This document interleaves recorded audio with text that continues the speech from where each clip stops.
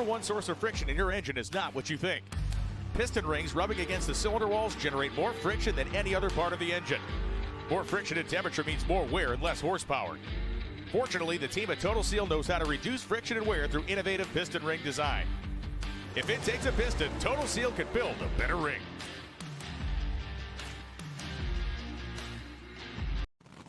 This is WFO Radio. Hey everybody, WFO Radio is back following up the Lucas Oil Winternationals. What a race, guys. What a race. It was incredible. We had round one upsets. The number one qualifier absolutely shocked in Funny Car. We had domination, and we're going to go back and debrief on this edition of WFO Radio. Greg Anderson scheduled to join us, and Fast Jack Beckman will be joining us on the show as well. We caught up with Fast Jack a little bit earlier today, and so we'll be speaking with him as we talk about his big 38th career win in Funny Car, but John Force's 300th, and that's just a stunner. 300 wins for John Force Racing, like John and Robert and Gary Densham and Jack Beckman and everybody who kind of collabed, Ashley Force and Courtney Force for those wins over the years. We're going to have ourselves a great show. Obviously, we're going to take your comments, get your comments in as, Todd is out there and everybody is out there, got a nose full of nitro. We had ourselves a great time out there at In-N-Out Burger Drag Strip at Pomona. I did, at least. I don't know about you guys, but I felt like it was a blast. And I'm super excited. We're going to talk about some other issues today as well. The big TV deal, I think, is exciting to think about now that Adam Stern has broken the story. That story is in all our feeds. And so if you don't follow WFO Radio on X or on Facebook, or join our WFO group, which is a really great place to be, you can read it there. But I think it's kind of must-see viewing, must read to follow that story, which I think is probably the biggest story going in the NHRA, frankly. You can hear I'm still in a little bit of a recovery from a wild weekend, a long weekend of racing, but had a great time out there. Me and Jason Galvin and the entire team, Freiberger and everybody that was involved. We had a good time. And that's really what it's all about, right?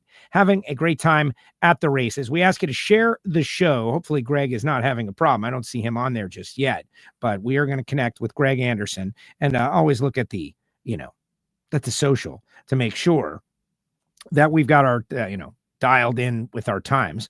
Wouldn't be the first time, wouldn't be the last time. You already heard a little bit about some of our sponsors, but I want to tell you about Jesse. How about Matt Latino and Eric Latino? The kid gets his first round win against his dad.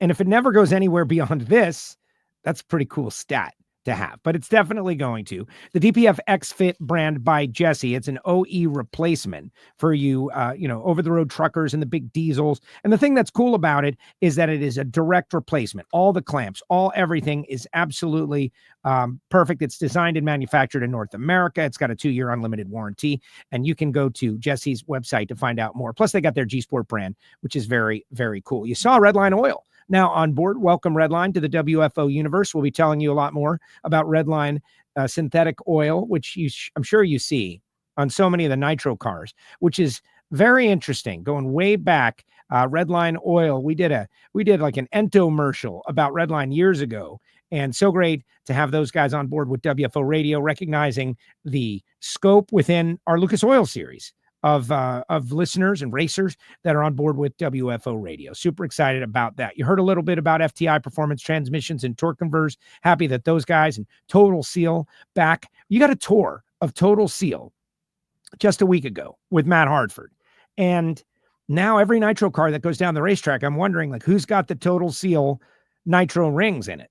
That's kind of a fun game to play. We'll be posting that tour that Hartford gave us a week ago. Also, Bernie Speed Shop, BURNYZZ.com, over 100,000 square feet, classic cars, restorations, A-list, top tier, however you want to say it, when it comes to retrofitting cars, whether you want to do a resto mod or just a perfect numbers matching restoration. Bernie's does it. They're expanding nationwide. They can buy or sell your car if you want to sell on consignment, if you want to buy a classic car that they've already, redone.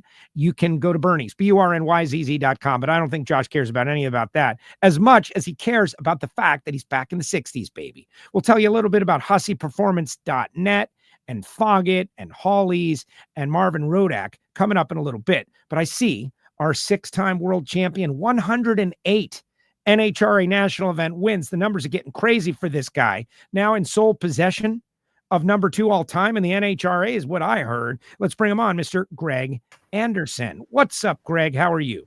Good afternoon, Joe. Doing pretty good. Good afternoon, sir. 108. If we talked to young Greg when he got in the car and, put it in reverse that first time, you have 100, sorry to bring it up, 108 NHRA national event wins. It's a crazy number. Yeah. I think 1 was a crazy number back then, Joe. We all know that. How many wins do I have to have, though, before people stop bringing up that burnout? Couldn't do a burnout. I guess it's the rest of my life. It's for life, isn't it? Clay Millican has that same problem. And I think we had you guys on here together one time. You guys bonded over the deal, and you and Clay won together, a tremendous deal for Clay. But that makes you human, Greg. That's the thing. It makes you human. We got to see that people are human, and everything else you're doing is kind of superhuman. So, bringing that up every once in a while is just, this guy's a real person. You're right. And I can tell you all these new drivers that we bring in that haven't really done it, don't have much experience, and then they go try this for the first time. Because, some people make it look easy on TV, I guess, but some of the newbies, they go try it the first couple times. They're like, holy crap, I look like I can't do anything right. I says, you have no earthly idea what I looked like when I started. Oh, you're kidding me, right? I says, no, I'm not kidding you. Pretty much the whole world knows, but let me tell you about it. So I give them that story, and then I guess it makes them feel a whole lot better. Obviously, don't worry about how you start. It's where you finish. Teachable moments, certainly. But, it's funny, all these newbies that come into the sport, and we talk about it. You got one on your team, Matt Latino. He beat his dad. That was super cool to see that. Sorry, Eric, but it is also true. Sorry, Eric, the kid got after you. But early on in the learning curve, I think, maybe focus on just the core stuff, right? And then as you learn, like, oh my gosh, I red lighted once, don't want to red light again. So I gotta be a little later. And then you've had a bad light, and then you lose with an 80, and you're like, oh man, I don't want that to happen either. And your brain fills up with things that you don't want to happen. Getting through that has got to be the toughest. It is. And there's so many things that you just can't explain to these young ones, these new ones that start out, is because, you bring them out there for the first time and you spend a day, whatever, teaching them how to do a burnout, how to leave the starting line and stuff. And they kind of get that down, and then they feel pretty good about themselves, and everything's going fine. And hell, I should be able to win that first race I go to. I'm feeling pretty good. And then they come to the race, and it's like, now all of a sudden I got to stage up against somebody else.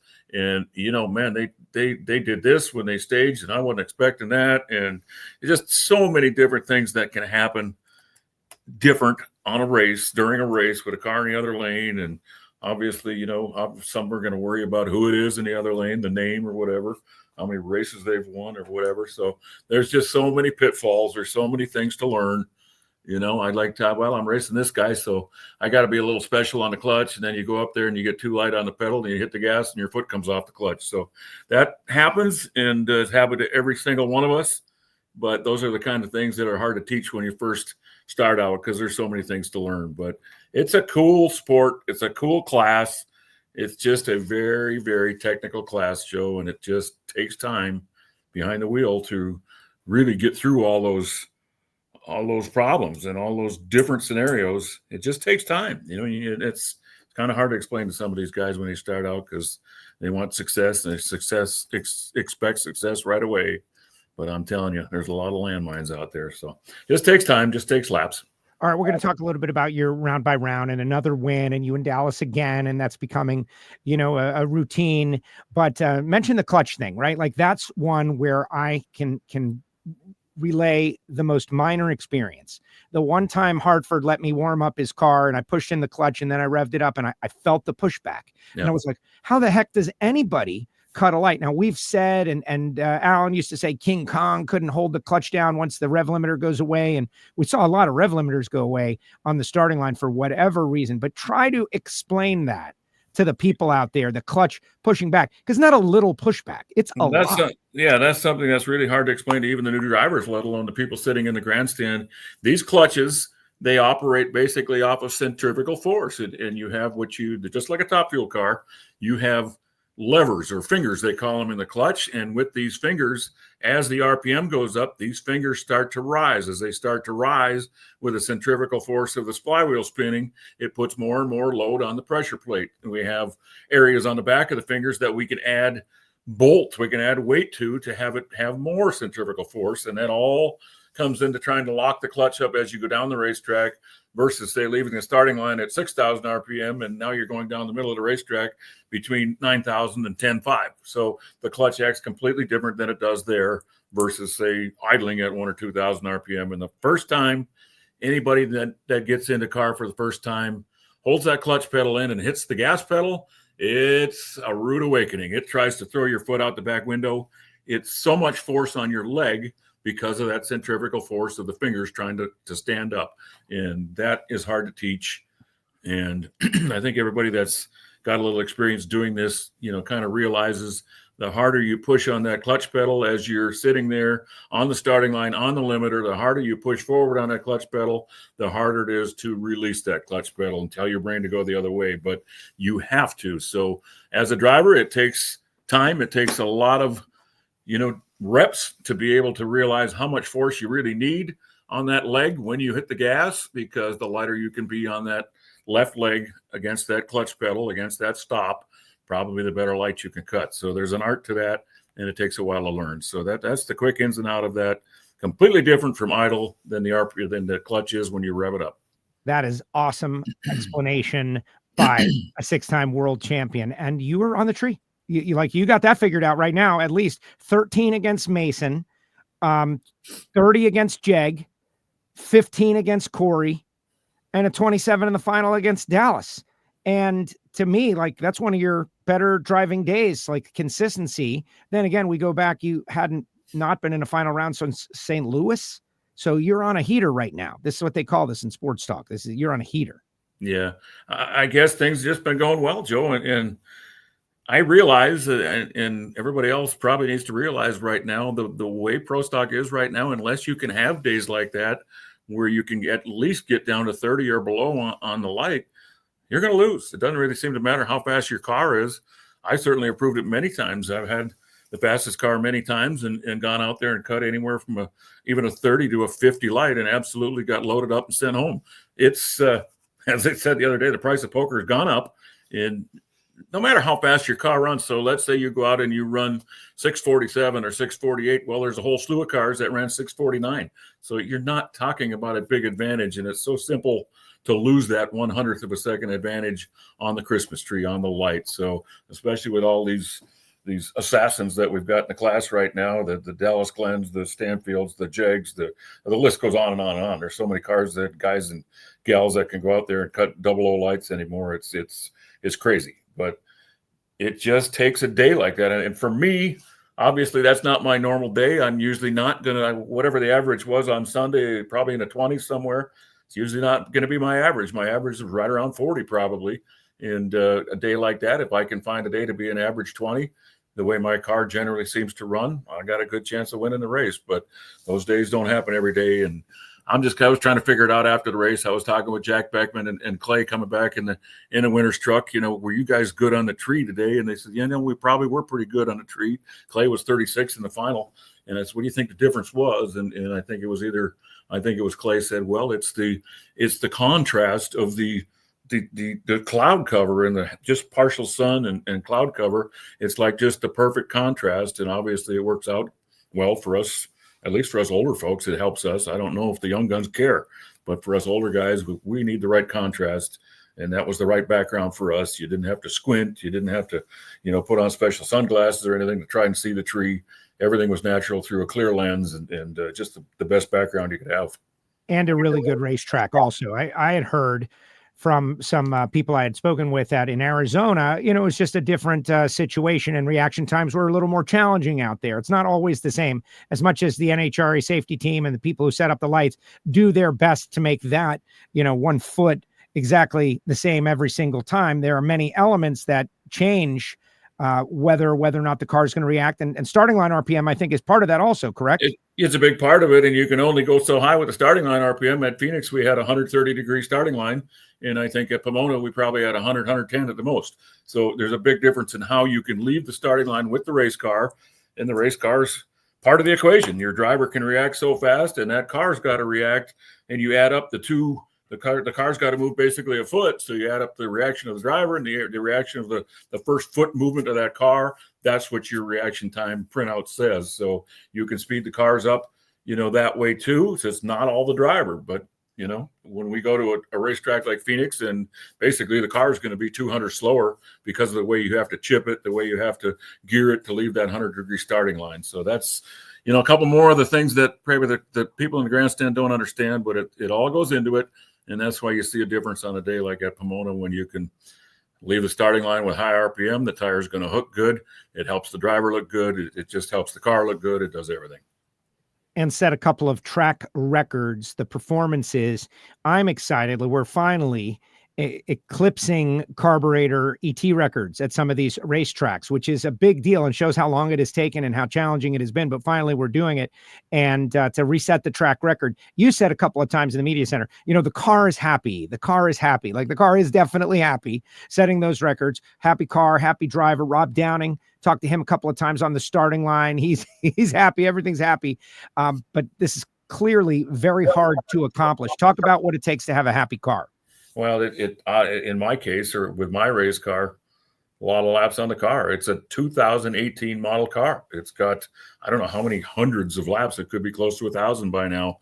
And, we've got different age of cars all throughout our fleet. We've got brand new ones. We've got them as old as mine, 2018 model. So I can't tell you that any one's any faster than the other, but for whatever reason, and I'm just going to go ahead and say it must be the amount of runs we've got on it and the time we've got on it. We've got it in a happy window. It's in a happy spot right now. And until we make enough wrong moves and get it out of that happy window, it's going to be a fast car, and it's going to be a dependable car, and it's going to be a car I can win races with. So we'll see how long we can not outsmart the race car, not try to reinvent the wheel and make it something that it's not. It's happy with what we're doing with it right now. We just need to make sure we keep it in that happy window. And, like I say, like you just said, Joe, it makes the driver happy. It makes the crew happy. It just makes everybody happy. So you don't get it very often, to be honest with you. You don't get a car that seems to be able to go from 130-degree starting line to 100-degree starting line, and it's just as happy at both of them. You just don't. You fight for that. You try to do that, but it's very hard to do. And, for whatever reason, and we'll just go with the amount of time that we've got on it, the amount of laps we've got on it. We found that with this race car. And that's the car you told us, one of your wins pretty recently, that was the car that you got from Kramer. Still the same car? Yep, still the same car. And I'm thinking right now you would probably have to stick a dynamite something to get me out of that race car. As I said, we've got brand new ones sitting here in the shop, but I'm pretty much thinking this is the car I'll be in probably for the rest of my driving future, Joe. Well, smart play. All right, let's talk about the final rounds against Dallas. This is becoming a tremendous rivalry. Each time you guys both make the final, just like we would do for Elite Motorsports, they've won the day, but now it is settled between the drivers. Dallas got some licks in against you, but you've been really rising to the occasion. And what is it like to go up against Dallas over and over and over again? Obviously trying to keep it interesting for the fans as well.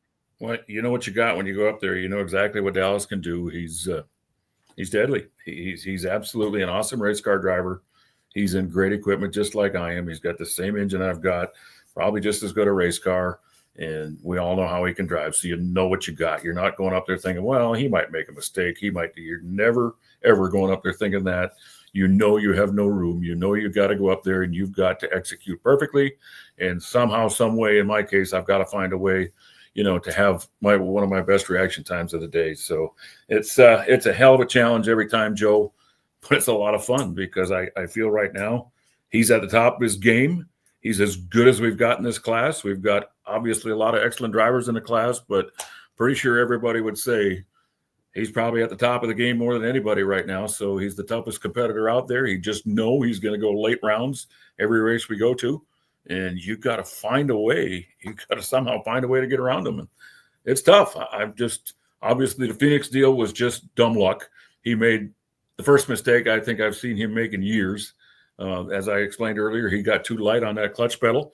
And as soon as he hit the gas, it threw his leg off. So it can happen to the veterans. It can happen to the best of them. And you just never know what you're going to get. But 99.9% of the time, Dallas Glenn's going to do the job, and he's going to do it right. So you know what you got going up there. You got to give it everything you got. And, fortunately, I came through this last weekend and did the job. And it was a great race. And now maybe everybody can stop talking about that lucky one at Phoenix, because that was embarrassing, Joe.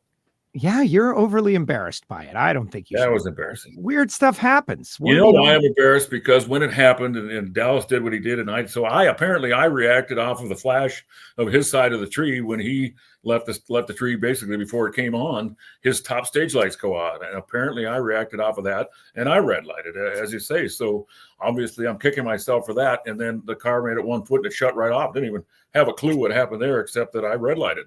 And I didn't realize Dallas had red lighted then. I didn't realize that I'd left on his tree. So there I am sitting out there. My car will not start. The fuel pump had quit on it, which I didn't realize at the time, and it would not come back on. So I'm trying to start the car just to drive off the racetrack and go hide. And I'm looking out my driver window, and I see that grandstand packed with people. And I swear everybody was just like, really, dude, that's the best you guys can do. You're supposed to be at the top of this class, and here you are in the final round, and you both drove like you've never drove before. So it was a very embarrassing moment for me, Joe, and I felt like crawling underneath the seat of my race car. And then after probably 30, 40, 50 seconds, I think I looked up and I saw my wife on the big screen jumping up and down on the starting line. Why is she jumping up and down? I just screwed up, right? And then I looked down the track and I saw the top of my scoreboard was blinking. I'm like, you got to be kidding me. Did Dallas red light? I didn't know. He never did come by me, so I didn't know what had happened. So it was embarrassing and certainly didn't feel like a winner there. But I guess that's never really happened in my career. So of the 107 or 108 times, if most of them have been by – good side-by-side races and earning it, I guess I can live with one fluke like that. But hopefully after Pomona, that was a great final. We both earned our paycheck that day. We don't have to talk about that Phoenix one anymore. Well, absolutely. We will not talk about it anymore. But just a little advice from me, and you don't have to take my advice, but I think it's decent, is next time lean into it and try to push the car a little bit. You don't have to push it the whole way, but I think the crowd would have started to cheer and gone crazy. You remember, Joe, the rule used to be the car had to make it to the finish line, right? Yes. And I don't remember when. I didn't even know for sure that still wasn't the rule. So I'm thinking, my God, do I got to get out and push the race car? Do I got to get out and foot race Dallas down there? What's got to happen here? Do I really win? Is there more that's got to go on? So I didn't have a clue. And apparently you don't have to anymore as long as you break the beam. The race is over. That's a new rule they've made. But, man, if this was 5 years ago, we'd have had to get out. We'd have had to try and push the car to the finish line. Yes. Well, but we did, as I understand it, come to the conclusion that if both drivers launch green and both brake and both can't make it all the way down the racetrack, then whoever rolls the furthest is the winner. You got to be kidding me. The truth? Is that right? I didn't know that either. Well, I mean, that's good intel because it could happen again. I told Dallas before the final at Pomona, look, dude, if we both screw up again, if something like this happens, let's just both back up and ask for a rerun. Ask if we can do it over because the fans certainly deserve better than what we gave them at Phoenix. We'll get to the bottom of that, but I think what I just said is accurate. All right, so there's a bunch of people saying what's up, right? Like the Greg and Dallas show has been amazing, and Blake says congratulations on your win, and everybody acknowledging that the car is absolutely flying. KB Titan looking strong in 2025, and you really are. But then Todd Turner with a poignant question says your performance has been dominant so far. Are you that far ahead of elite, or is Ingersoll missed that much?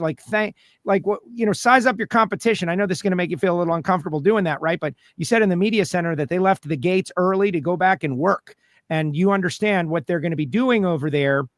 But how the tide has turned in 1 year. 1 year ago, you guys were totally struggling following that rules change. Now they appear to be struggling. Couple of, times they left first and you guys just powered around. That's got to give you confidence. I know it could go back the other direction, but size up. What do you think is happening at Elite? Well, obviously I don't have all the answers. I don't know the ins and outs over there. Have we got a big advantage on them? In my opinion, absolutely not. I feel they're not making quality runs right now, and that's certainly the go-to. What you would blame it on? Are they missing Mark Ingersoll? You're damn right they are. There's no question they are. He's a hell of a crew chief, And he's done a heck of a job for those guys. So how could they not be missing him? So that's certainly a part of it, Joe. I don't know that that's all of it.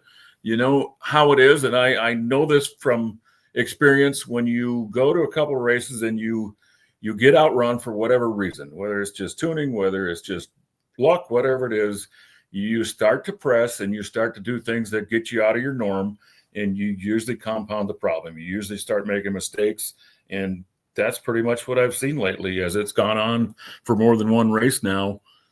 There's been mistakes made, and you know, they know that. Richard knows that. So what they needed was they needed a break. You know, we had races back to back to back.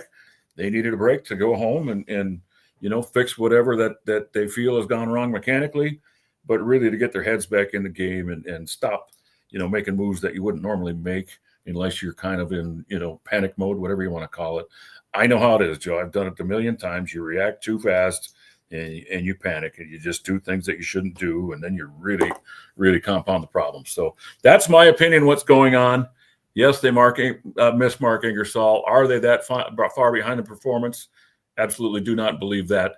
They're just not executing right now. And I fully expect by the time they come back after having a week at home to regroup and talk about what's been going on, they'll be a hell of a lot more competitive. So, you know, I told everybody in the press room the other day, you have to, you know, make hay while the sun shines. While you have them in a little bit of scramble mode and making mistakes, you better find a way to close the deal, because been a lot of times we've had strongest cars and didn't close the deal. So you got to do that. And thank the Lord we've been able to do that these first three races, but have no grand illusions. That's the way it's going to continue the rest of the year. It's a long season. They've got plenty of time to get back in the game. And I'm just going to be happy for the first three races we've had. Hopefully we can keep executing like we're executing, because we are actually executing at a high level right now. We're making a lot of quality runs. So, you know, that's tough on any team. That's hard for anybody to achieve. And very proud of the team right now for the way they've been able to really get our entire fleet of cars at KB Titan that we brought to the racetrack fast and capable of winning rounds and winning races. So that's not something you just snap your fingers at and you duplicate. It takes time to get back. Once you get a little bit behind, you don't usually gain it all back in one weekend, but you got to chip away at it and eventually you get yourself back. So they'll be back. Well, and Hartford and Kramer, the customer cars, like everybody is fast now. And Matt said last week on the show that you guys promised that you'd get going again, and they're going again, right? Matt was tied with you and ET. You got number one qualifier in speed, and Derek Kramer making some good runs, and it seems like the performance goes throughout. All right, I want to switch topics before we let you go. I know you got to go find some horsepower, right? But a lot of people talking a little bit about that Adam Stern Sports Business Journal, NHRA hires Octagon as a consulting firm for the new television deal. I'm going to talk about it with Jack Beckman coming up. There was a meeting on Friday. Were you able to go to that meeting? I did go to the meeting, and obviously it was very encouraging what we all heard. You know, what did we all hear? I was at the Yes program. I've heard it characterized. I've read the Adam Stern story. I'll tell everybody about that a little bit later. But this is the big next television deal for NHRA, and everybody heard about what happened with NASCAR and the CW and all that. What can you share? I guess what I heard, Joe, and you know, maybe people have different opinions, but what I heard was, yes, we do as a sport, NHRA and the racers both involved. We kind of know that the negotiation of the next TV deal is really going to probably kind of make or break us as a sport, we think. And we've been talking a lot with NHRA as the pro board, all the pro racers, how we want to be involved with those negotiations, because we feel it's that important. It's you know, we've lagged too far behind in how we've been able to compensate the racers. And it's very difficult for all these professional race teams to stay out there race after race after race without any real substantial purse increases over the last few years. So we all feel the new TV package, the sport is great right now. It's healthy right now. Now's our time to strike and get that TV deal that we haven't had before. And you know, I applaud them for going out and hiring experts basically to help them negotiate with the TV companies, with whoever the next outfit's going to be, whether it's Fox, whether whoever it is that we sign the next TV deal with.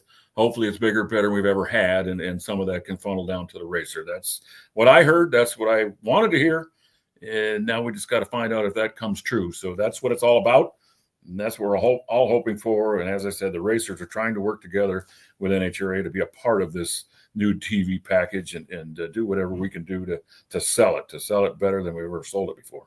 All right. And so on that, I had a couple of conversations where it was floated to me that maybe the concept of separating classes from one another might pop up. A few years ago, Pro Stock they experimented with a Pro Stock only show. And so I've been wondering, what do you think about that? The concept of a Pro Stock only show, or maybe you and the bikes together on a totally different network broadcast than, say, the Nitro cars.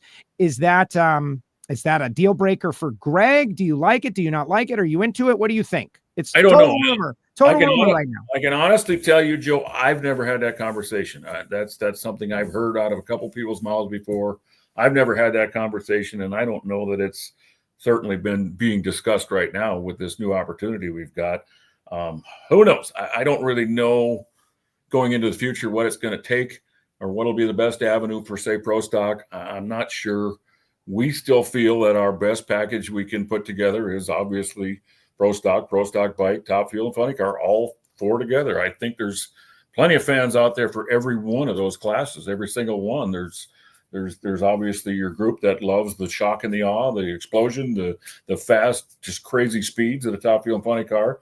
There's certainly people out there that love motorcycles. That's a different group. And there's certainly people out there that love the technical aspect of, say, Pro Stock, that you've got races decided by inches every time down the racetrack. So I think there's fans for all. And I think we need all four of us, to be honest with you. But we'll see as we go forward what develops. We're open to anything, but we think we're best off as a group, the four of us together.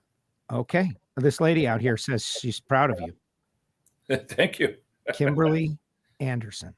Just like that. She's been getting very excited. Jack Line saying hello to us. And you got a big base out there. Certainly, this guy says you got your words of wisdom. Certainly. Greg, congratulations on this win. 4-wide Vegas is next. Back to 4-wide.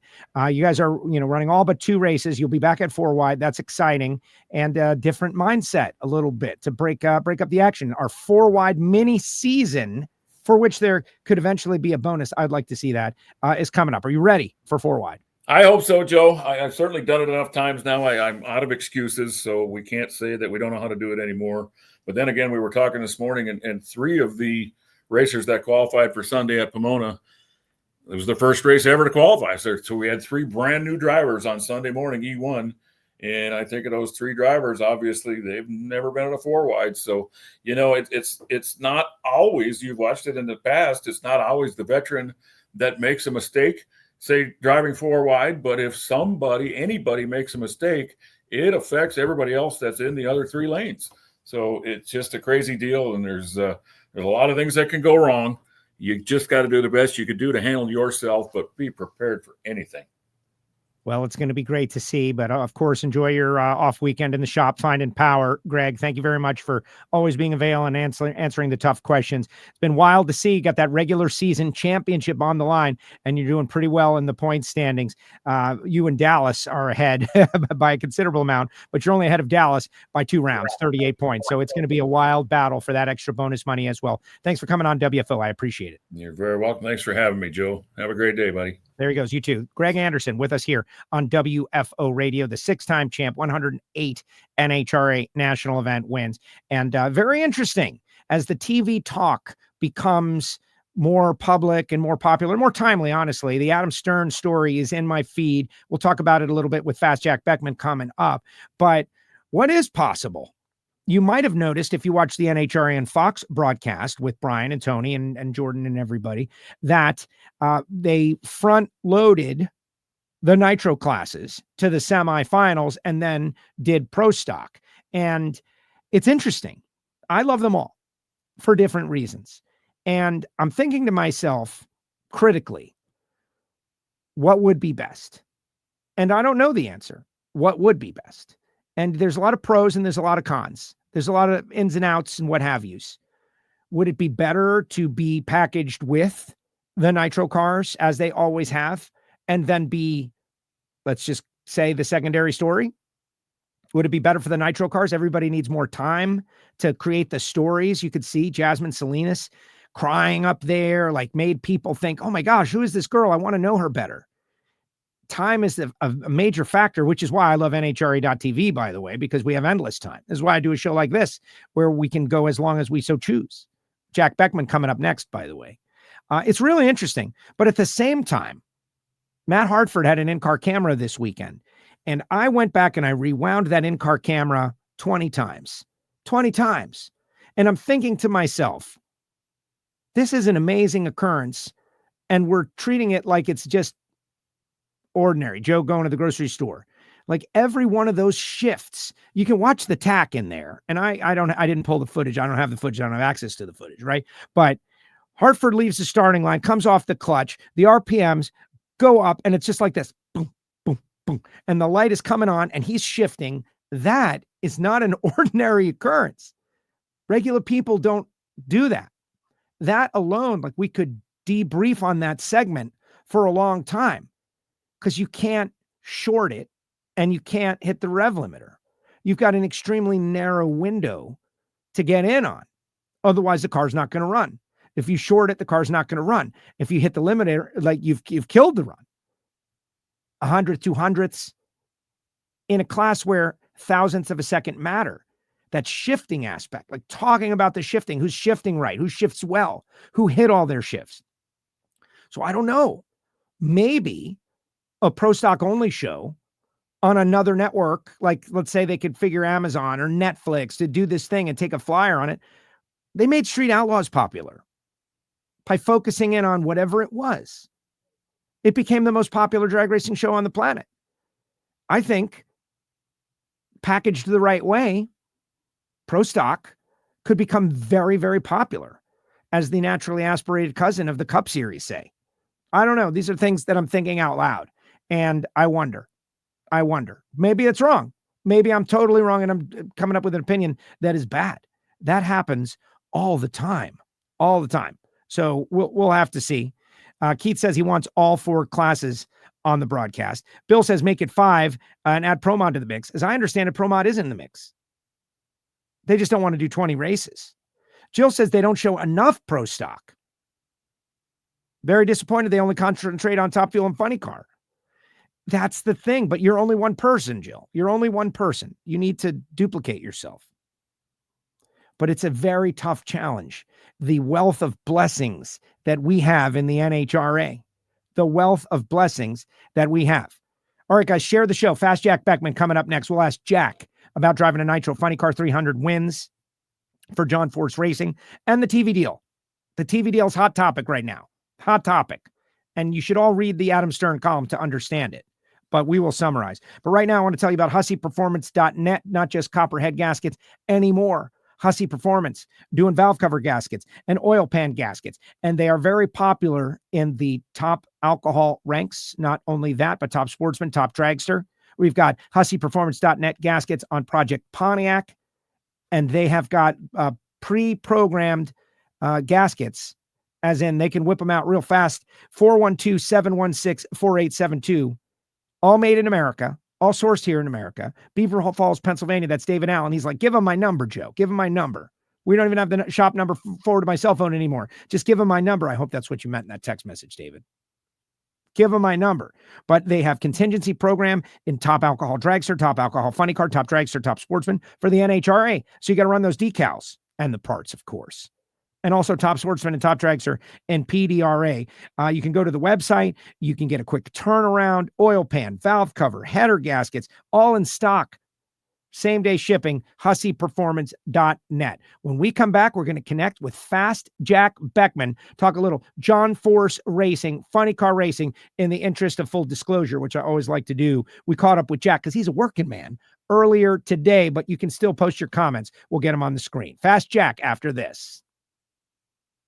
Looking to replace your OEM diesel particulate filter or diesel oxidation catalyst? Look no further than DPF XFit, a complete line of aftermarket diesel particulate filters and diesel oxidation catalysts designed as an exact fit OEM replacement with all makes coverage for light, medium, and heavy-duty trucks. With thousands of units in stock, we ship the same or next day, and be sure to check out our comprehensive reverse OEM lookup tool. Always new, never remanufactured. For more information, be sure to visit dpfxfit.com. That's dpfxfit.com.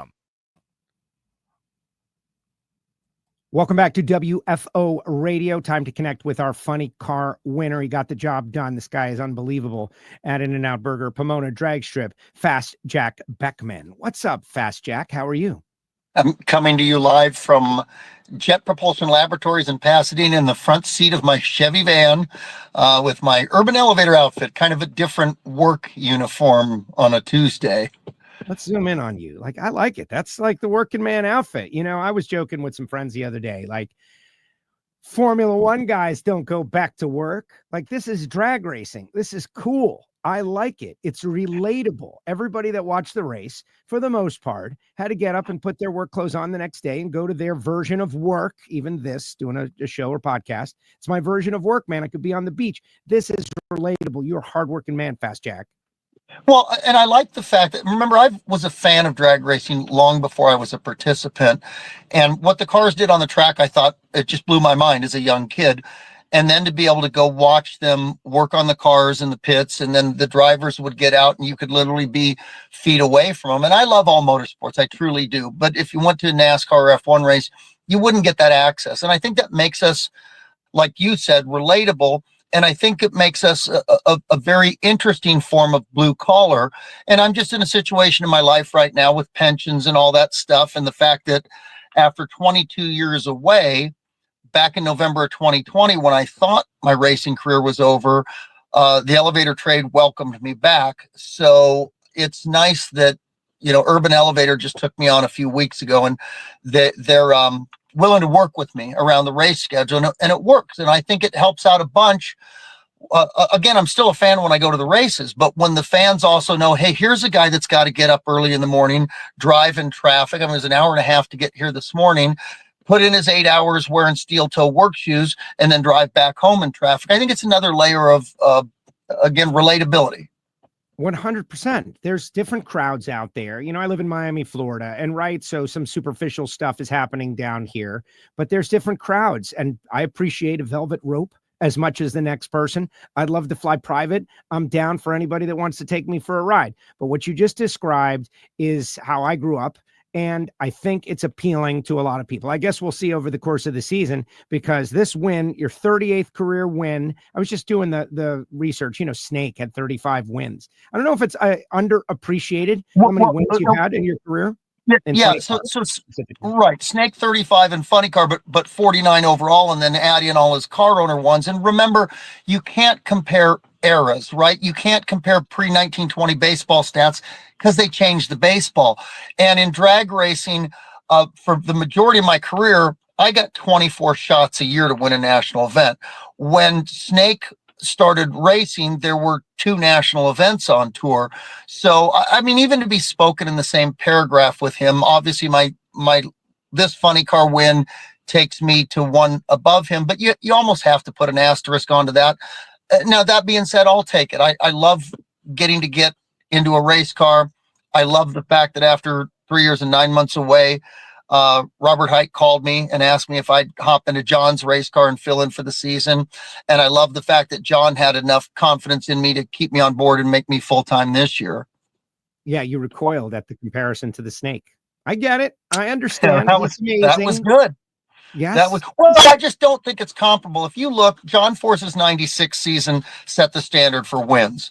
Austin Prock, what they did last year on a 20 race season was amazing, but no Funny Car has ever been more dominant than Prudhomme was in 76 and 77. He won every race but 3. And there weren't just national events back then. Funny Cars and Top Fuel cars raced divisional races for points. And there was a lot of huge independent events, the popular hot rodding race, Hot Rod Magazine race, Bakersfield March Meet. Prudhomme was just beyond dominant. I don't know that you'll ever see domination like that Army Funny Car had over that 2-year streak. I don't know if we want to see that, right? Because it's funny how we celebrate those that dominate after they've done it. But while it's happening, at least nowadays in our modern culture, people say that domination can be boring, but that's what makes you a celebrity, right? Michael Jordan, the only reason he is what he is because he dominated. But then at the same time, if you're not a fan of the Chicago Bulls in that era, then you might not like it. Well, I think the nature of sports, and just like life, is there's an ebb and a flow. You know, when Bob Glidden was qualifying number one for an entire season straight, some people would say this is boring, but the fact of the matter is, especially in that era, he just flat out worked everybody. He ran a combination nobody else could even make competitive, and he dominated with it.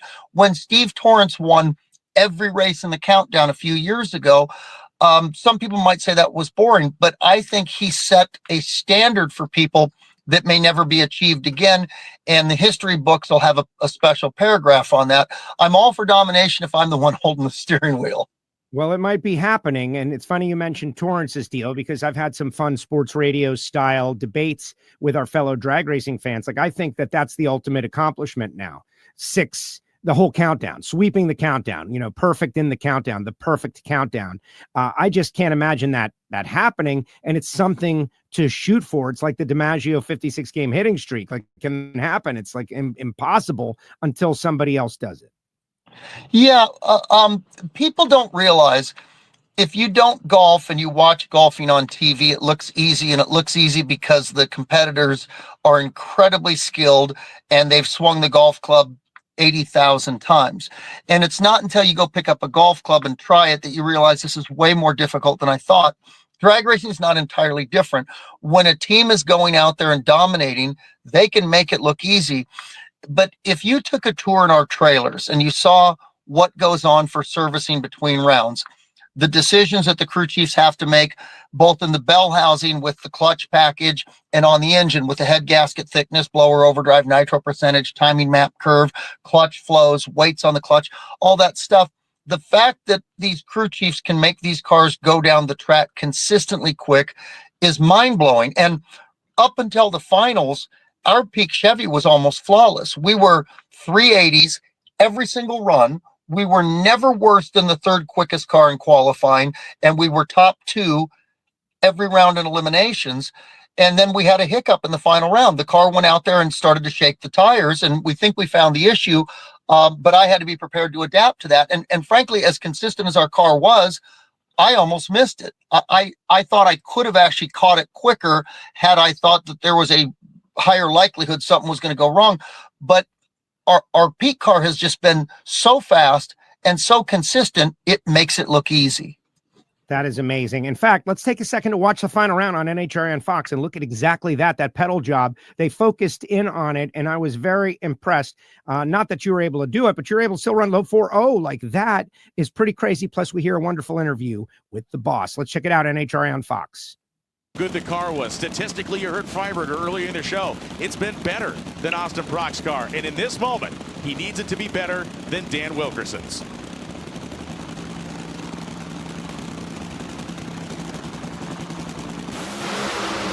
Dan Wilkerson smokes the tires. Beckman's on and off the throttle. And for the 300th time, John Force Racing will celebrate a Nitro Funny Car victory. 4:015 and 3:02. It was more of an oil painting than it was a masterpiece, but he'll take it. John Force, your 300th win in Funny Car.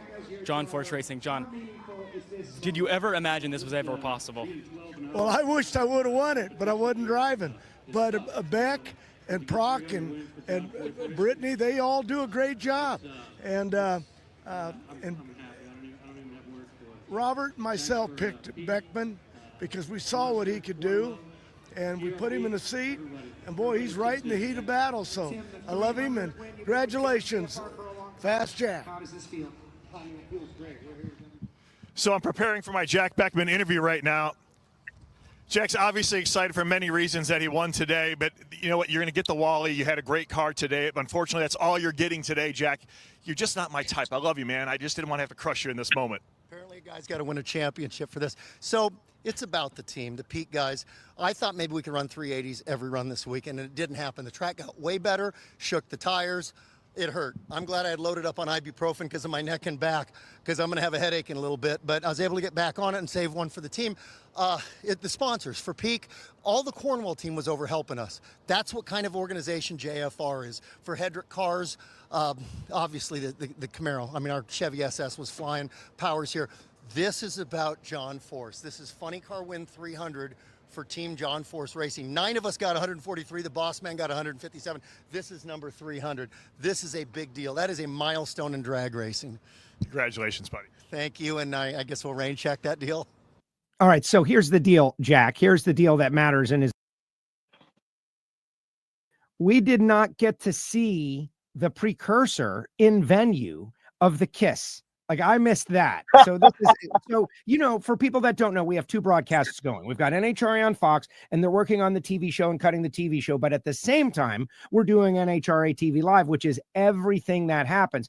And we get some of the interviews broadcast in venue. Now, maybe I missed it. That's possible too. But you were going to kiss Bruno?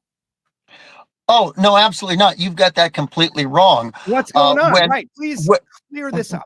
So Saturday, we won the Mission Foods, the Too Fast, Too Tasty Challenge, which I'd never been in it before. I always thought it looked pretty cool.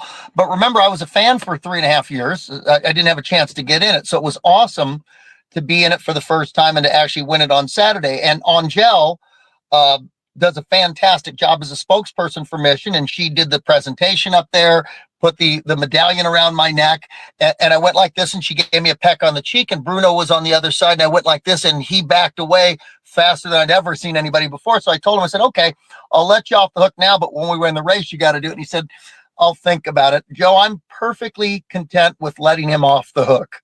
I agree. No, we all prefer that.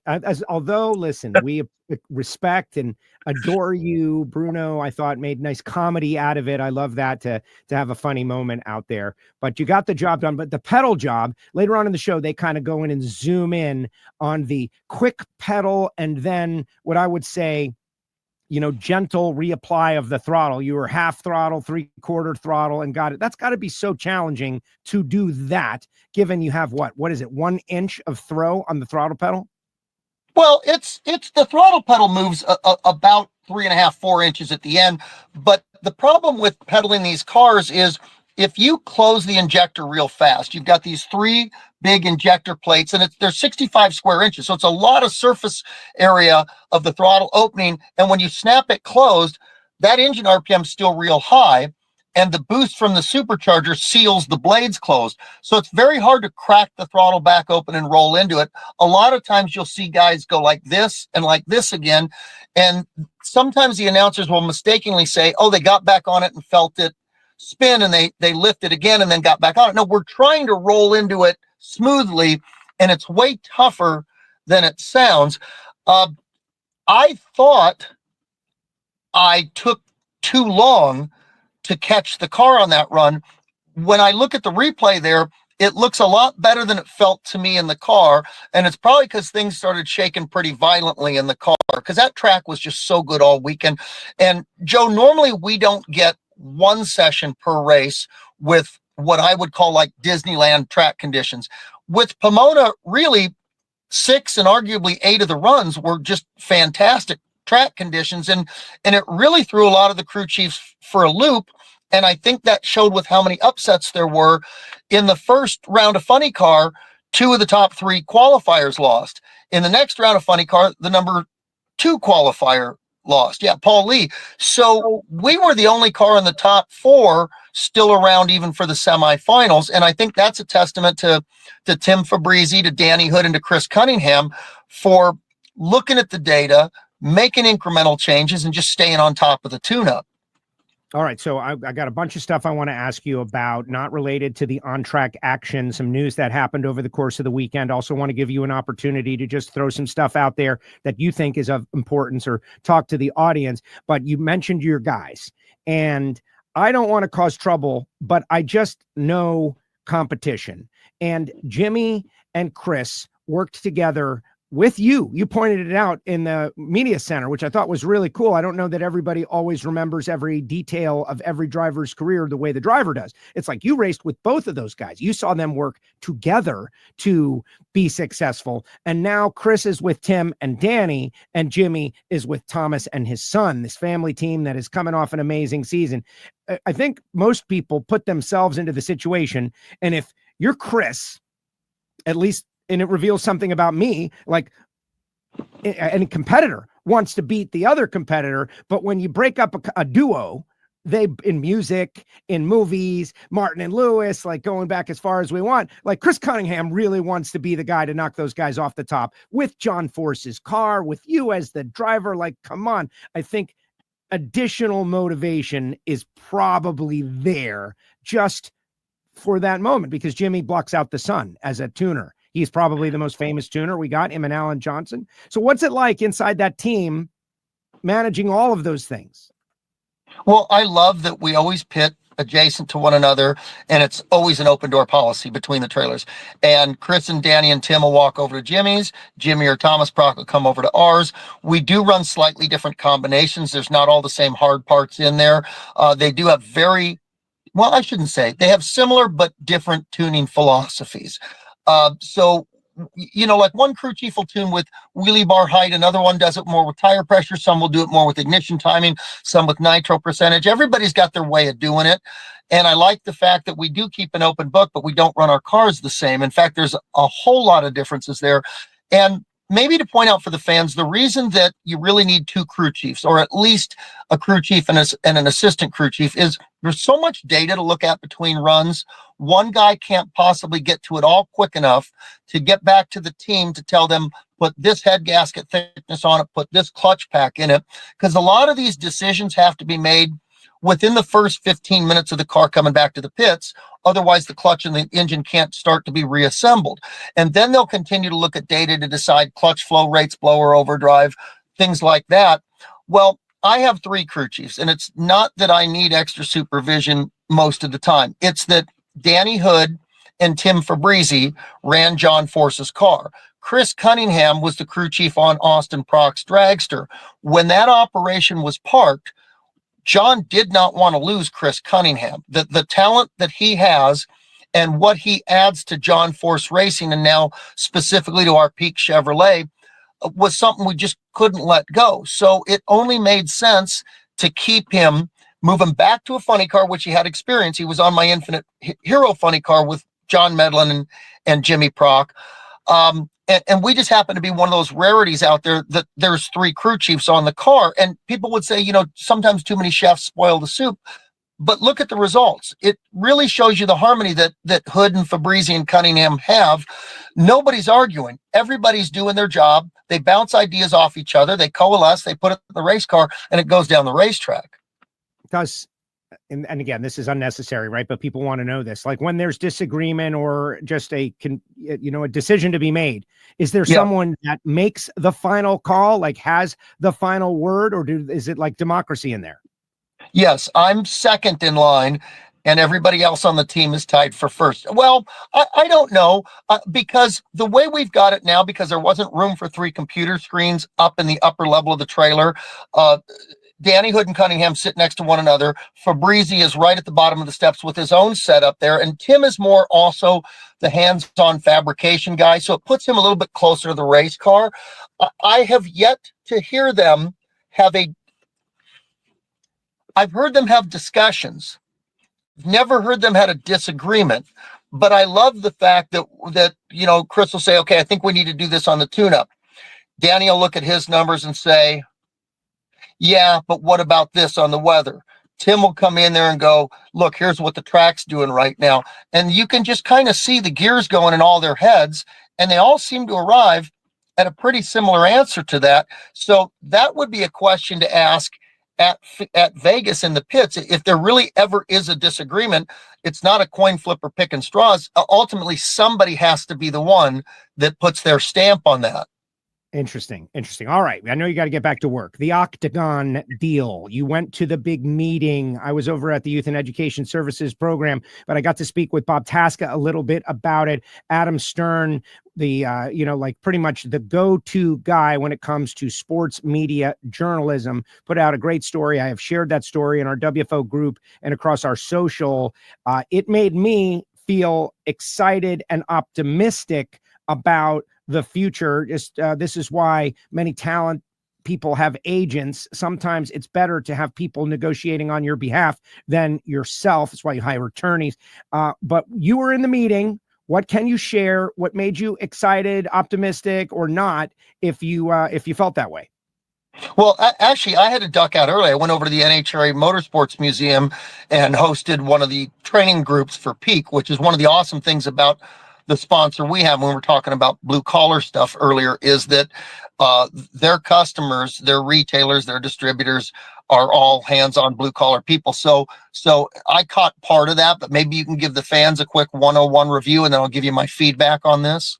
Absolutely. And again, the story is up on our social, but a company named Octagon, who is an outside consulting group who has worked with NASCAR to get their like multi-billion-dollar media contract, has been hired by the National Hot Rod Association to shepherd them through the process of their next television contract, which the exclusive negotiating rights with the Fox network is this July. And then if they cannot come to an agreement, as I understand it, they get to negotiate with everyone else. And so there's a lot of choices, a lot of discussions, a lot of ins and outs and what have yous, as in what networks do you potentially court, who's interested. There's been discussion that maybe the CW would love to partner NHRA with their Xfinity Series deal. So they now would have two motorsports properties, but who gets to see the CW and how many households are they in and how many people have cut the cord, and what about Netflix and what about Amazon? And could we go on there? And is that a good idea? And all of those things. And these Octagon people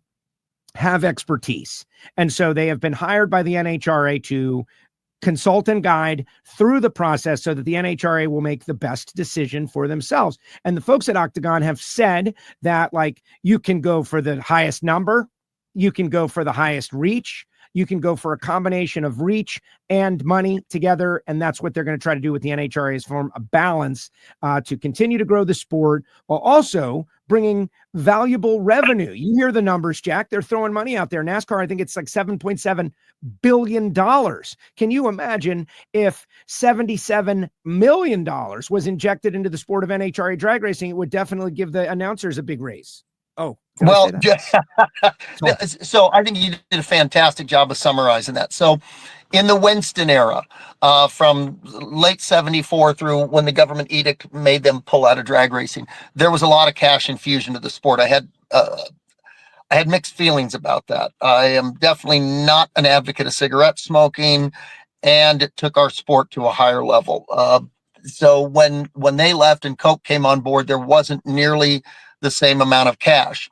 When we were aired on ESPN, the big problem I had, the big feedback from the fans that they struggled with was, how come women's softball preempts NHRA drag racing? Why are we so far down on the pecking order? No disrespect to women's softball, but if we are a major motorsport with a national reach, how come regional shows were bumping us out of our time slot? And it drove the fans crazy. So you hit it on the head. Do we go somewhere smaller where we're the big fish in the pond, but we don't get to as many households? Or do we go back to somewhere bigger, but we get swallowed up in the mess there? And I don't know how all this is going to eventually shake out, but I would love for our fans to have some stability of knowing when our shows are going to air. I'd like our packaging to be more consistent. I'd like to go back to having at least 2 shows for every race, a full qualifying show, a full race day show. And I think we really need to emphasize and focus more on in-person attendance, because yes, TV is going to take the sport to the next level or sustain at the level that it's at. But when you do an overhead shot on race day at some of these places, because a lot of those people choose to stay home because they can watch it on TV, and that's the mixed blessing of same day good television coverage, is a lot of people don't come out on Sunday anymore. We need to do something to get these stands packed again. We've got a great value. We've got a fantastic sport. I was highly encouraged at Phoenix. I don't know that I had ever talked to so many first-time attendees. So I think the aim of all of us hardcore drag racers is to get our friends, our neighbors, the folks that we interact with that have never been to a drag race, to get them out there the first time. And I think that'll help hook them. And I think this is going to be one of those, it's going to be a train thing. It's going to take a long time to get up some momentum, but then hopefully that kind of helps sustain itself. So we need to pack the stands again. We need to get some consistency in the television coverage where we're at least a medium-sized fish out there, where there's clout to our sport, and whatever network it's on understands that. I agree. All right, Jack, back to work. Thank you very much. You got anything you want to say to the WFO universe, the John Force Racing fans, the Fast Jack Beckman fans, as you have started the season hot, and it's looking like it's going to be a battle out there. There's many great cars. You mentioned Paul Lee. The Cruiser appears to be back. Daniel Wilkerson, my goodness, if they can get that thing going. We've got all these interesting personalities for those that are following the trend of the sport. What say you to the WFO universe? Well, I think there's at least 9 funny cars out there that wouldn't be a surprise if they won a race this year. I think there's 7 out there that have a legitimate shot at the championship. And let's face it, we're 3 races in. It's way too early to make a call. Austin Prock's got 2 first-round losses. That's an anomaly. I think we're in a great position with our car. I think we run very, very good under good track conditions. I think relative to the field, we run even better when it gets hot. So I'm kind of looking forward to the hot racetrack stuff, but as a driver, it's cool to put big numbers on the board. And that only happens when we have cool conditions. But no matter what, I can't wait to get to Vegas. I have not done a 4 wide since 2020. I'm going to go back and read that 4 wide staging for dummies manual, because I don't want to mess that up, but I'm really looking forward to stepping on the throttle with 3 cars next to me. That'll be a pleasant change. I think our Peak Chevy's got, again, as good a shot as any funny car in the land at bagging a win out there at Vegas.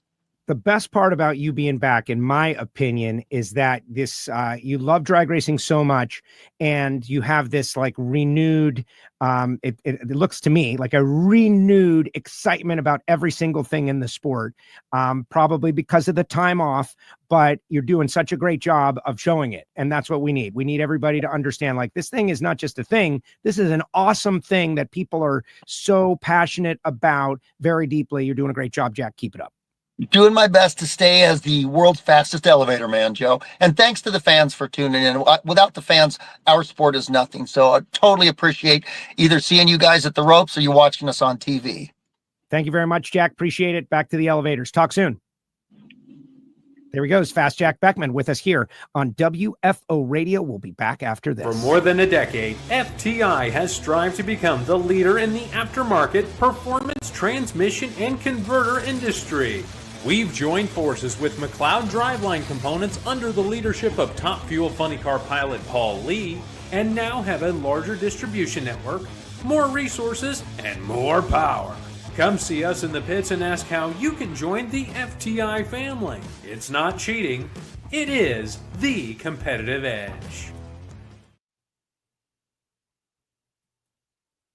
All right, guys. Fast Jack, amazing. Appreciate everybody sharing the show. Watching the numbers go up during that interview was really amazing. And Fast Jack Beckman, clearly a great ambassador. I do want to, piggyback on a couple of things before we get to the Clay Media Center bit. I reached out to Clay. He said I lost a whole shot battle to Kenny Wallace. Yeah. Can you believe that? Kenny Wallace beat me to the request for Clay Millican. That's all right, because he doesn't have the Media Center stuff, and we'll get Clay next week. But Steven is right. NHRA TV is your best bet for viewing. Now, of course, the reason I'm saying that is because I'm on there every week. Let's just be honest. But also at the same time, you hear everything. Jason Logan, Jason Galvin, myself. You also see Jordan Vandergriff and Bruno and Angel and everything that we've got going on. But what it is it's guaranteed. It's guaranteed that you're going to see it. And I am pushing NHRA.TV as much as I can for my diehard friends. I watch them toil. My friend Harry reached out to me earlier today, and he's like, Joe, I don't get to see it. It's like, if you have NHRA, I know it's $160, but extrapolate $160 of entertainment over the course of a year. You get all the races. You're going to see the finals. You're going to see all the stuff you see on Fox, but in real time.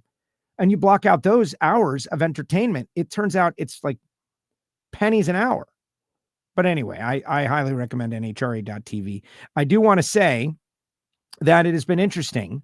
I think Fox has been a great partner.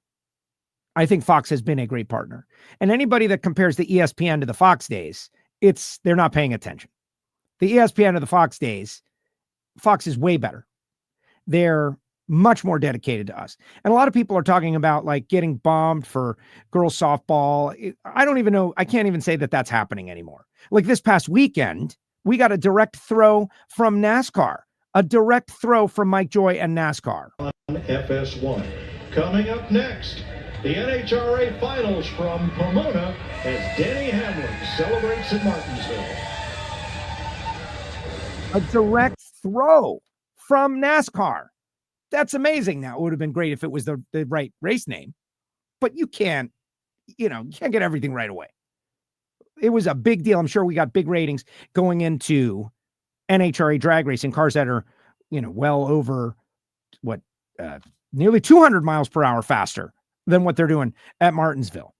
So let's see what you guys got to say. You know what? Let's get to Clay, because I want to get Clay, and Clay's in the artwork of the show. And I don't want to lie to anybody and say like, hey, we are not advertising, false advertising here. After every race, the winners go to the media center and submit themselves to questions from the media. And Josh Hatchett from the media center, I'm involved too. And let's see what Clay Millican had to say after his defeat of Tony Stewart in the final round. What I think was maybe the first time ever that Clay wasn't the clear fan favorite or underdog favorite in a Top Fuel race. Kind of an interesting angle. Let's see what Clay Millican had to say to the media. Joining us here in the media center at Pomona Drag Strip is your Top Fuel winner at the 65th annual Lucas Oil NHRA Winternationals, Clay Millican, who wins for the first time ever here in Pomona. First time, obviously, at the Winternationals, going 4.273 at 189 miles an hour to defeat Tony Stewart in the final round. First win of the season, 8th in his career. Clay, you're a Winternationals winner. You're a winner at Pomona Drag Strip. I see the smile on your face. How cool is that just to know that now? It's huge. Yeah. I mean, that's definitely, one of the majors, so to speak. It definitely is. Now we've won Indy. Now we've won here. That's pretty dang cool. But to come out and win the way we did today, it was a total team effort. I mean, I pulled us out once, which rarely ever happens, and the team just stuck together. But, boy, that final round was forever. When you blowed up and you blowed up and you got a Hans device on, you're stretching that Hans to its limits, trying to look over like, is he coming or not? And that finish line couldn't get there quick enough, I promise.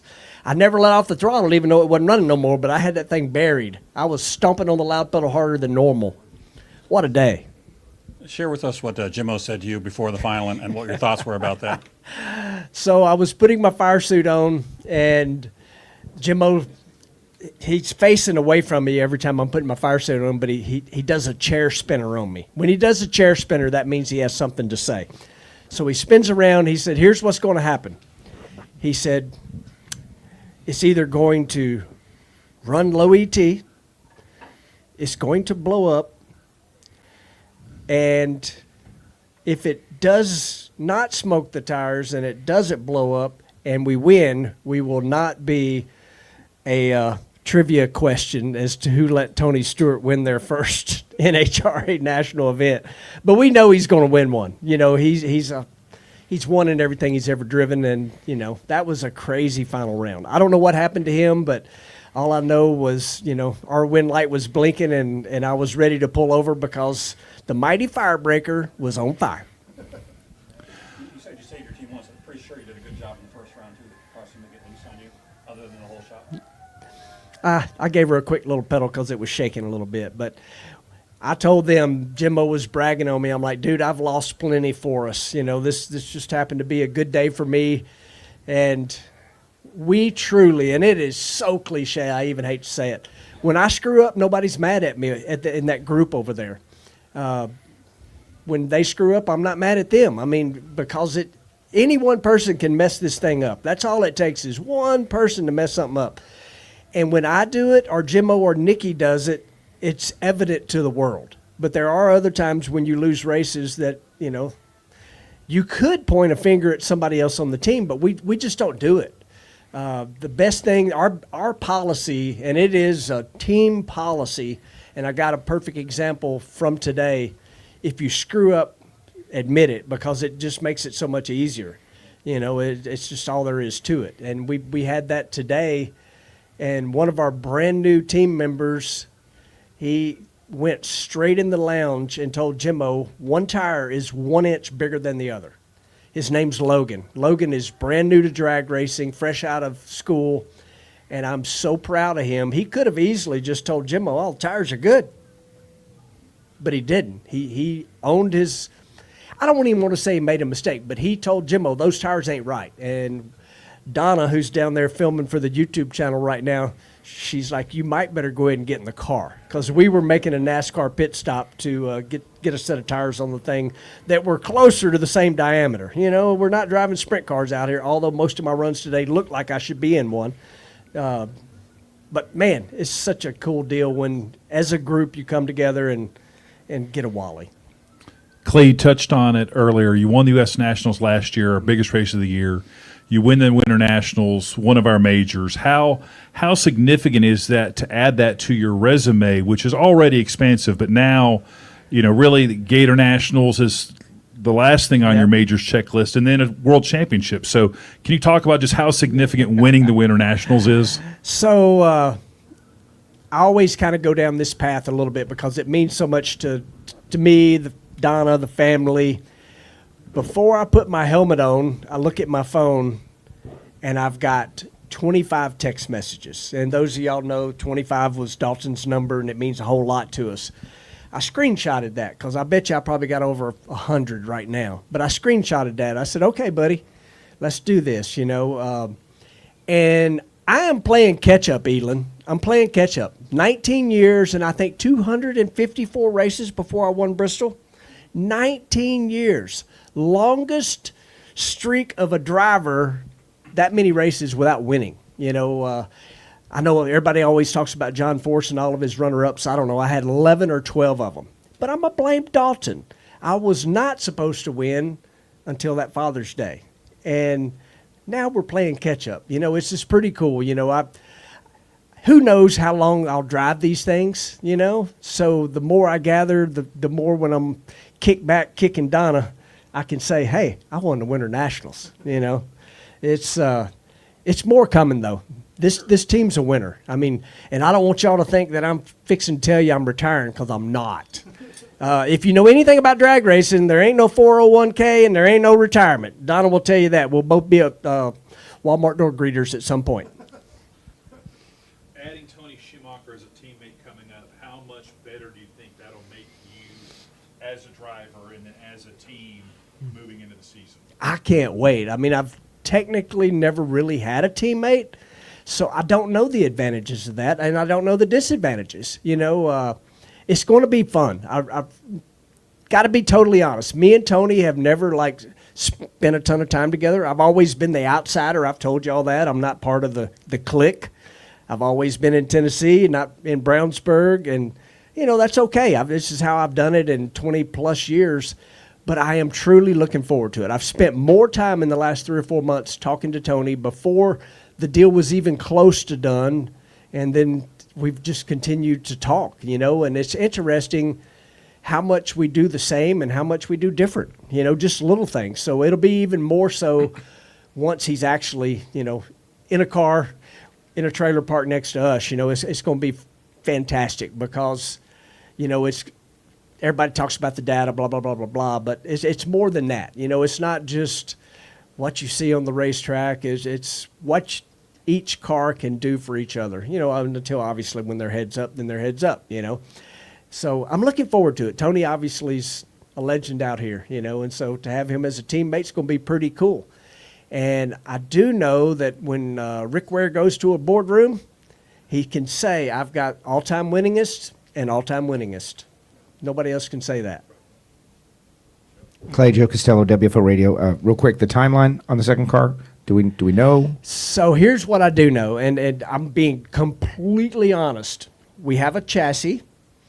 There's negotiations going on right now for 2 trucks and trailers. And the hard part, is the people, and I've said this already, but I'll say it right here, everybody watching, it all's going through Jimmo. So, it's funny. Rick's like, "Are you sure you want to like do that?" And Jimmo's like, "I've ran 7 cars before. Two will be easy, you know." So, and you know, so the important thing right now is, you know, yes, gathering up parts and pieces, but people are way more important. You know, without people, none of this happens. And so, you know, we're already getting lots of resumes. I'll tell you that. And you know, as far as the rest of it, there is no dead set timeline, but sooner the better. You know, that's for sure. But we're not going to come out here and put Tony in a car that is not equivalent to what my car is right now. You know, it's very important that those cars are identical. And they will be. Internet will be asking. He will be in a canopy car and I will not. That'll be the only 2 differences. But every other single part of those 2 race cars will be identical. Oh, good notes right there. Yep. As Millican Mania spreads across the country from Bristol to Indy to Pomona, it occurred to me that this might have been the first final round that you have participated in where you weren't like the underdog people's choice. Now that you're winning on a regular basis, this might have been the first time where most people thought, man, this is Tony's day. Talk a little bit more about not wanting to be the answer to that trivia question, and that's something that probably everybody wants to avoid. Yeah, you know, that actually makes me think about Tony Schumacher a little bit, because I've heard him say that he's probably gave more people their first win than any other Top Fuel driver. Of course, when you've been in 9 million final rounds, that's going to happen, you know, but I got to be honest, I had zero thoughts of Tony being in the final, but I can tell you who was thinking about it, Rick Ware. You know, Tony has obviously wore him out over on the NASCAR side of things. And so, you know, I'm sure Rick was going to, please let us beat Tony this right here, you know. But Tony's going to win. And I might as well tell this story. When my oldest son's named Cale, so I'm a NASCAR fan. My son's named after Cale. My other son named after Cale Yarborough. I was not a Tony Stewart fan. I didn't like the attitude. I didn't like the helmet throwing. It's not my style. Y'all know that. I'm going to get out after I get my butt kicked, and I'm going to smile about it. Now, I'm going to go kick Donna later, but, you know, but it's just true. First time I met Tony, I'm like, you know what? This is a good dude. Like, he's a straight-up racer. He's obviously got a different attitude sometimes than I do, but we haven't seen that here in drag racing yet, you know. I really like him, and I'm not just saying that for the camera and the people here. He's a good guy. But I really wasn't thinking about that in the final round. I was thinking Winternationals and when will I ever get this opportunity again? And thank goodness it worked out.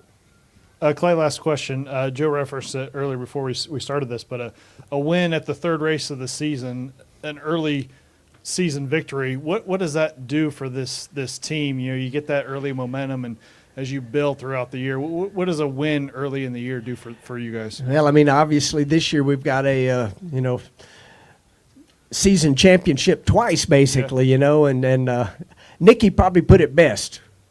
We're going to win, and we want that money. So, you know, that regular season championship is the first thing on the agenda. We put ourselves in a little bit of hold. You know, I let us down in Phoenix. You know, it was my fault, 100% my fault. We should have won first round. And so this dug us out of the hole a little bit until we threw the rods out of it, and we got a 10-point penalty, you know, for oil on the racetrack. But we earned that. Mm-hmm. We absolutely earned that 10-point penalty because we blowed it up good. So, but early wins, you know, I can't say that I've ever had any in the NHRA side of things for sure. So it's certainly a momentum changer. Absolutely. Well, Clay, congratulations for the first time a winner at the NHRA Winternationals. Congrats. Go enjoy. Thank you. Thank you. Clay Millican from the Media Center at In-N-Out Burger, Pomona Drag Strip. And you get a little view. First of all, the NHRA has done a great job in the Media Center of their Media Center interview after the race. And you've got a lot of passionate people in there. Hall of Fame editor Phil Burgess. You got Elon from Drag Race Bracket Bonanza, myself, Josh, and a few others that are, you know, peppering these guys with questions. It takes about 10 minutes. And that, believe it or not, is offered and available to media and websites to utilize however they want. Right. And so that's why I usually get a personalized interview with everybody. So, but in these quick turnaround races, and why not use that? That is really awesome. There was a whole bunch of clips coming out of there. The thing with Tony Schumacher and Tony Stewart with Clay. I love it. All right. Final comments, guys. Put the final comments in the comment section. I want to hear what you have to say as we talk a little bit about it. I will tell you this. I don't root for anybody. I don't root except for the sport. and myself, what's the best story? And I've never rooted against Clay Millican, and I still haven't. But in this case, I felt comfortable if it was Tony Stewart's time. Tony Stewart's time needs to come, and it's coming. And those guys over there are working very hard, and you haven't even begun to experience the full power of Tony Stewart, like a full operational battle station. Like, you haven't begun to understand the power until he wins a race. It's like, hey, Tony Stewart is doing this. And everyone's like, yeah, that's great. And he's done a lot of stuff in the past. Oh, awesome. And he's really popular. Hey. But until he wins, you're not a winner. When he wins, then it's a different gear, totally different gear. And so for that to happen somewhere big, and it wasn't meant to be, not at Pomona. Wouldn't it be good if a track was coming up for Tony that he happened to excel at, where he's had a lot of great accolades at, a place that he's had all his drag racing related historic firsts? Wouldn't it be interesting? If only we could get that to happen. That would be pretty cool. All right, the rest of the winners, guys. Anthony Troyer, Tater Troyer, one top alcohol dragster. This guy is a really good guy. He's underpublicized because he ran in FlexJet Factory Stock Showdown. And so those of us that are watching on NHRA.TV, we know all about him. But he goes to race with the McPhillips family with Fendt tractors on board, goes out there, lights out on the tree, crushing it, and wins the race. Way to go, Tater. And they got a huge potato farm. They got like 20 Fendt tractors over there. Brian Haug, funny car winner. Brian doing a great job dominating throughout eliminations, like low of every eliminations round, I believe, in qualifying. Brian Haug, and he and Mindy are tuning the cars themselves, the car themselves. They've had Johnny Lindbergh. They've had a lot of people help them over the years, but what a great feeling of accomplishment for the Haug family. And I took a shot at Dylan just for fun. Hopefully you know that, Dylan. This is like, Dad, hey, you're not the only one that wins races anymore. And it was meant to support Brian. Superstock, John Winslow. I floated it out there. We don't have them all the stats, not a touch finger away. But is that the first V10 Superstock win in the NHRA? I mean, when was the last one? You know who knows that kind of stuff is Brett Kepner. But I didn't have access to it. But a V10 Chrysler product goes out there and gets the win in Superstock. And John Winslow was super happy. What an amazing interview we had with him. Jeff Atkinson wins in Stock Eliminator. Jeff beat Bobby Bender. Bobby Bender got to the semifinals again. Great run for the big girl and Bobby, but Jeff was just the driver of destiny on this given weekend. Bill Weber in Super Comp continues an amazing run for the Weber family. They are winning championships and winning races and now winning again. Bill Weber could have had father-son final round in Super Comp. Didn't work out. Could have had. Super Gas, Jerron Settles. All right, so all disclosure, like Jerron is a friend. I like Jerron a lot because I like to hang out with talented people, right? Like, you know, you got to hang out with the smart people. You got to hang out with the talented people. Bob Tasca says it. Tony Schumacher said it. Like, look around who your friends are, right? So I like to hang out with talented folk. Jerron Settles paints the best appearing car and wins in Super Gas on the same weekend. That's pretty impressive stuff. Like, there's a lot of ways to double up in the NHRA. Shane Westerfield almost doubled up in 2 categories, but that one is unique unto itself. Aaron Steinke wins in Top Sportsman. The Too Fast, Too Tasty and Top Fuel was Sean Langdon. Legends Nitro, Extreme Steel Legends Nitro, Derek Morera. This class is super cool. And I think people are getting used to it. Whatever you think it should take, it takes way longer. And people are now realizing that, okay, these Legends Nitro guys are going to be out here now. Let's bother to get to know them. Who are they? What do they do? Oh, this is kind of cool. You've got Big Show, former stars and crew chiefs all sprinkled throughout. Really cool. Top Fuel All-Star call-out, Doug Coletta. Huge win for Doug. Big speeds. Jack Beckman won that Too Fast, Too Tasty, and Matt Hartford with a big win. Hartford with a good run this weekend. And I'm real proud that my principled stance against the term mud flaps, yes, I'm going to take credit for it. I might, who cares who actually gets the credit for these kind of things? But I did take a lot of heat from a lot of people on X and on my personal text, shooting down the whole mud flap thing. Shooting down, like, this is dumb. Shouldn't be saying this. This is anti our overall goal, which is to impress people. And people are not impressed by mud flaps.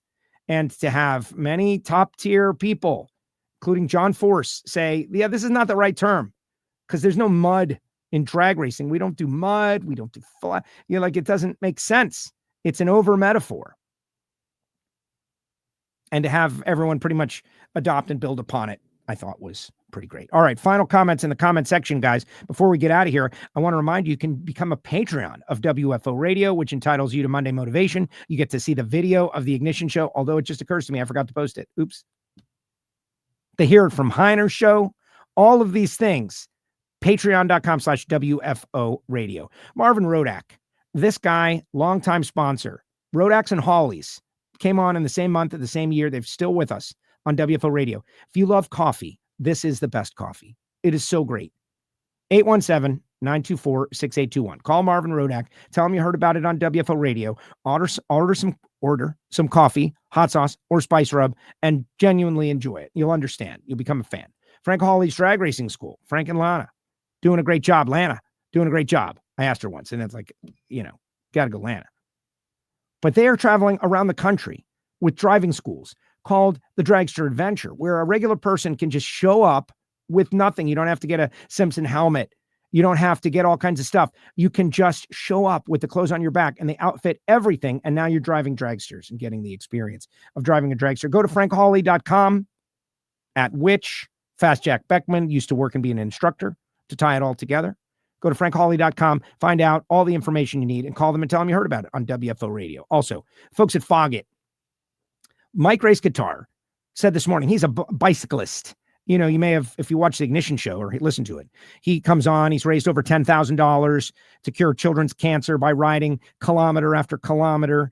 He's north of the border, so it's kilometers, on his bike. And he told me that he stopped using like chain oil and he started using Foggett and it's working. And he's like, man, I just spray it with a little Foggett and all of a sudden I'm lubricated. And there's a million uses of Foggett out there. Foggit. Get it at summit-racingequipment.com. And you'll be helping out WFO and helping out Gary Stinnett. It's a twofer. Bernie Speed Shop, BURNYZZ. This is Josh Hart. I'm so happy for Josh Hart. Talk about staying the course. Those guys and just doing what you got to do. Those runs in the 60s, I heard it was over 500 days. I'd like to know how many runs in those 500 days since their runs in the 60s, but now they're back in the 60s. Good job, guys. Obviously a malfunction in the round that they lost. The thing just blew the tires off instantly. Josh's reaction times are still great. Watch out for the Bernie's car, R&L Carrier's car. And my job is just to get you to follow them on social. Just go follow their social media and see exactly what they got going on.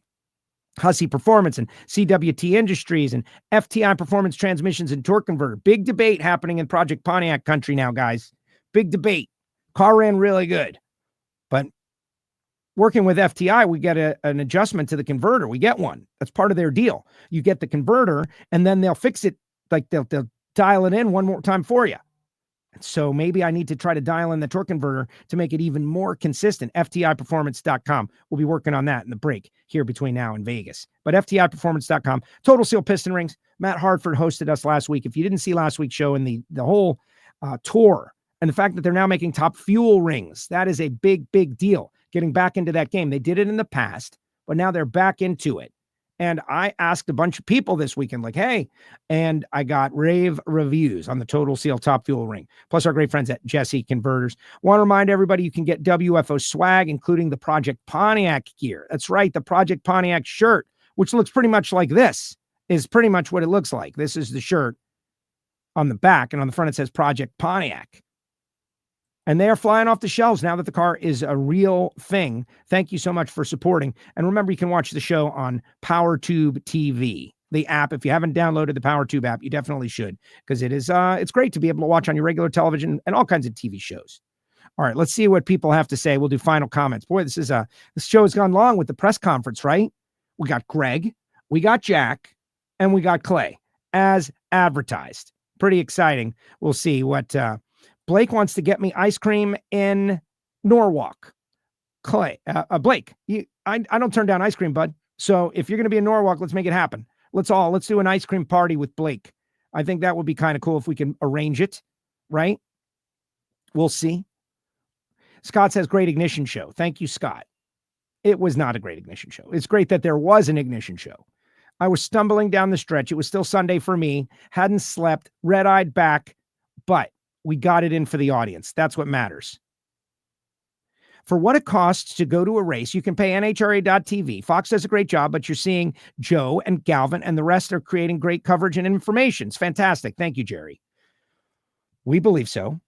And everybody is in on it. That's the thing. There's one big broadcast team at the NHRA. There's one big broadcast team. And we're working hard. It's just how you choose to receive the information. And I believe that NHRA.TV is real time. And you can bounce in and out. You can watch it from your phone. Now, it does cost $160, and we could make a big debate about, is that a lot or a little? But the way you said, like if someone earlier said, if you want to fly to every race and experience it in real time, it's going to cost you a lot more than that. That's an interesting way. You're getting 3 days consecutive of at least 7 hours a day of content. And you choose what to enjoy. But that's what you're getting. I think it's a bargain. Honestly. I think it's a bargain. Clay making the finals, no matter how it's done, somebody's holding a Wally. Said and done, no retirement. Don't retire, Clay. Yeah, don't retire, Clay. I'm excited about his new teammate. That's cool. What's happened to Mike Salinas? Well, I am under the impression that they're working on getting Mike back out, but right now Jasmine is grooving.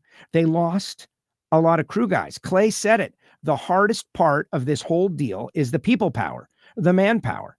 You need people, and there aren't a lot of people. There just aren't. And so Mike had some turnover at his team. It hasn't hurt the team's performance. They're running really well. But now to staff an entire second Top Fuel dragster is very challenging. And what are you going to do? And you got Clay and Rick Ware are hiring also. And so what are you going to do? And that's good for the crew guys. It's just like in regular life. You want a good crew member, you got to be ready to pay a little more money. And that makes it more expensive. So it's a challenge. And there's no crew school. But I did hang out with John Dunn.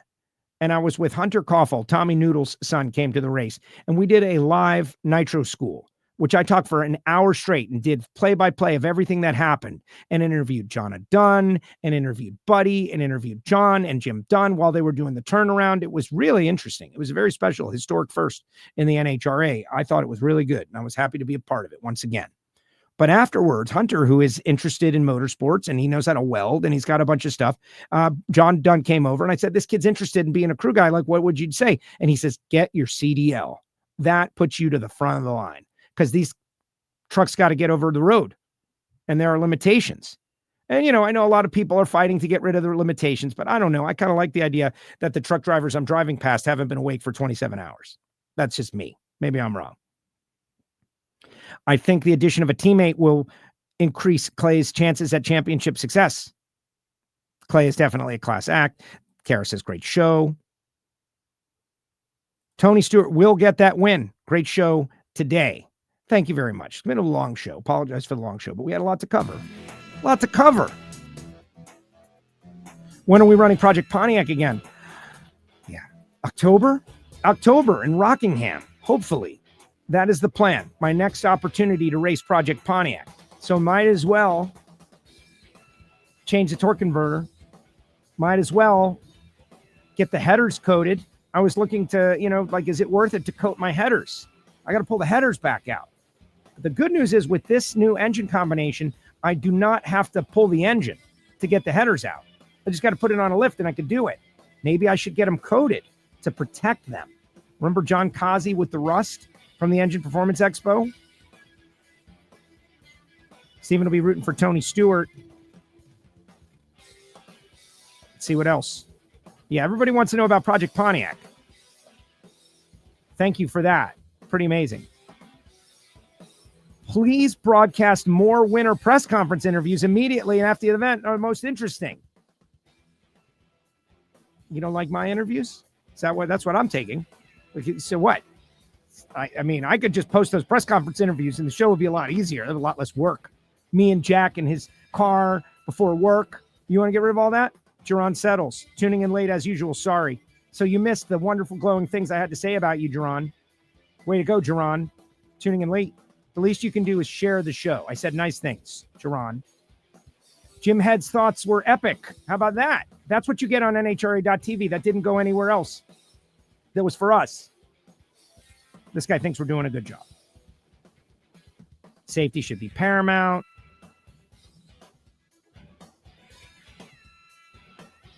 Everybody likes Freiburger. I like Freiburger too. Thanks, Joe. I will. Yeah, the stuff I said.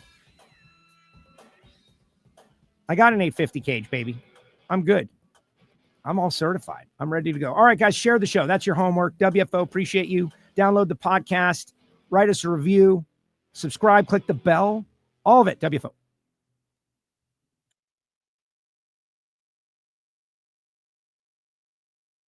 Like this show? Want more? Then head to WatchPTTV.com, the new 100% free PowerTube TV streaming network. Home of the best classic and new motorsports racing and build shows on the web.